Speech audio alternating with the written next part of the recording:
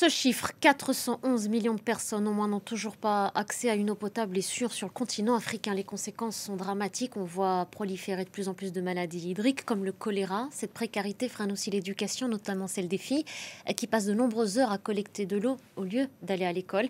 Face à cette urgence, une nouvelle génération s'empare d'outils numériques pour transformer la gestion de l'eau. Capteurs intelligents, plateformes collaboratives ou encore applications mobiles et solutions d'assainissement connecté. C'est ce que le Challenge App Afrique a voulu mettre en lumière et c'est ce dont on va parler avec vous, Guillaume Gralet. Bonjour Guillaume. Oui, bonjour Nadia. C'est ce thème donc très porteur de l'eau qui a été retenu dans ce concours. Oui, et qui a été récompensé à l'occasion d'une remise de prix qui a eu lieu à Casablanca cette semaine. Et le Challenge App Afrique, vous savez, c'était sa 9e édition. C'est un challenge qui a été initié par France 24 et RFI, avec notamment comme partenaire Digital Africa ou encore Vivatech. L'idée, c'est véritablement de s'intéresser à tous les projets numériques qui s'inscrivent dans les objectifs de développement durable des Nations Unies. Alors, après avoir mis à l'honneur les énergies vertes en 2023, cette 9e édition s'intéresse effectivement à l'or bleu. Et vous l'avez dit tout à l'heure, plus de 400 millions d'Africains n'ont pas accès à un service d'eau potable de base. Et c'est extrêmement clé parce que 80% des maladies sont d'origine hydrique. Lorsqu'on parle par exemple du choléra, mais aussi des diarrhées, la dysenterie, la typhoïde ou encore la malaria, certaines sont en pleine recrudescence. On l'a vu au Malawi en 2022. Au Cameroun, plus de 17 000 cas ont été répertoriés depuis les épidémies de 2021. Et on s'aperçoit surtout que le changement climatique fait beaucoup de mal à l'accès de l'eau potable de manière durable et extrêmement saine. On l'a vu dans les villes de Cotonou au Bénin, à Lagos au Nigeria ou encore à Accra au Ghana. C'est-à-dire que vous avez à la fois une baisse du niveau des nappes phréatiques et une augmentation des eaux de mer. Et il peut y avoir un appauvrissement de cette ressource en marche. Alors ce Challenge App Afrique, il a quand même des bonnes nouvelles, c'est-à-dire qu'on voit de plus en plus d'Africains qui réfléchissent à des solutions. Et il y a une solution parmi les 3 lauréats de cette année. Il y a le projet Sotilma Farm qui est aussi particulièrement distingué. Il a été créé par un jeune ingénieur et entrepreneur sénégalais, Samba Tube.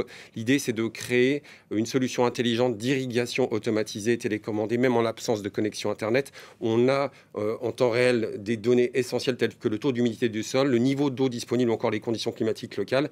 L'idée, c'est de piloter à distance pour les agriculteurs de manière ultra précise des opérations d'irrigation tout en faisant des économies d'eau. C'est véritablement très vertueux, Nabia. Et puis il y a un autre projet togolais baptisé Cash Water qui permet de prépayer une consommation d'eau. Oui, c'est-à-dire que ça a été développé là aussi par de jeunes entrepreneurs, notamment un grand coup de chapeau à Germain Yao Mawoupe Konou, une équipe de 6 jeunes aux compétences interdisciplinaires. C'est une solution qui va vous permettre d'automatiser la gestion de l'eau. L'idée, c'est d'avoir un boîtier de contrôle intelligent relié à une application que l'on voit. On va badger lorsque on va avoir besoin d'eau. On va arrêter le badge lorsque tout simplement on a tout ce qu'il faut. On a un code unique qui est fourni à l'usager. L'usager saisit ce code sur l'interface du dispositif. Ça permet de véritables économies. Là aussi, une gestion qui va permettre à tout le monde, ou en tout cas au plus grand nombre, d'avoir accès à cette eau extrêmement précieuse. Et puis on en vient au projet gagnant, une plateforme numérique qui concerne les petits travailleurs indépendants, qui connecte les petits travailleurs indépendants aux habitants d'une commune pour des services liés à l'eau toujours. Oui, et on va tout de suite donner un énorme coup de chapeau à ce gagnant, un jeune étudiant malgache en ingénierie industrielle de seulement 25 ans. Et je vous propose, Nabia, d'écouter le sujet qu'a réalisé Gaël Borgia et son équipe. Gaël, la correspondante de France 24 à Madagascar. Dans ce quartier populaire d'Antananarive, la majorité des foyers sont privés d'eau courante. Seule solution, avoir un puits ou faire appel à des porteurs qui remplissent des bidons dans des bornes fontaines publiques, puis les livrent. En voyant les difficultés de sa sœur à trouver un porteur d'eau, Mamtine a l'idée avec son cousin de créer Inomawa, une application mobile pour connecter les Tananariviens à des métiers indépendants comme la maçonnerie, la plomberie ou la livraison d'eau. Ce matin, Mamtine présente son projet à des habitants de son quartier.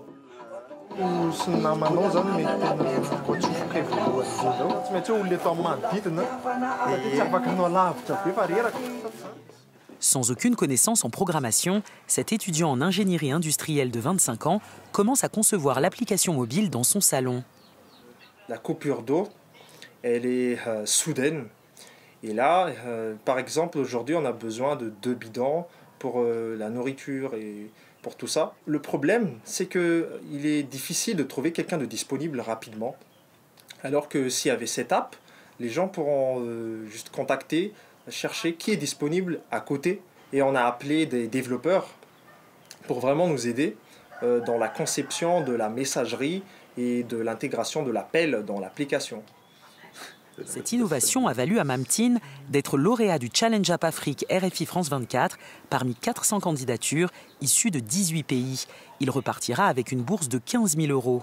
Mais il reste des obstacles. Pour avoir accès au service de l'application Inomawa, les travailleurs n'auront pas besoin de smartphone, mais les clients si.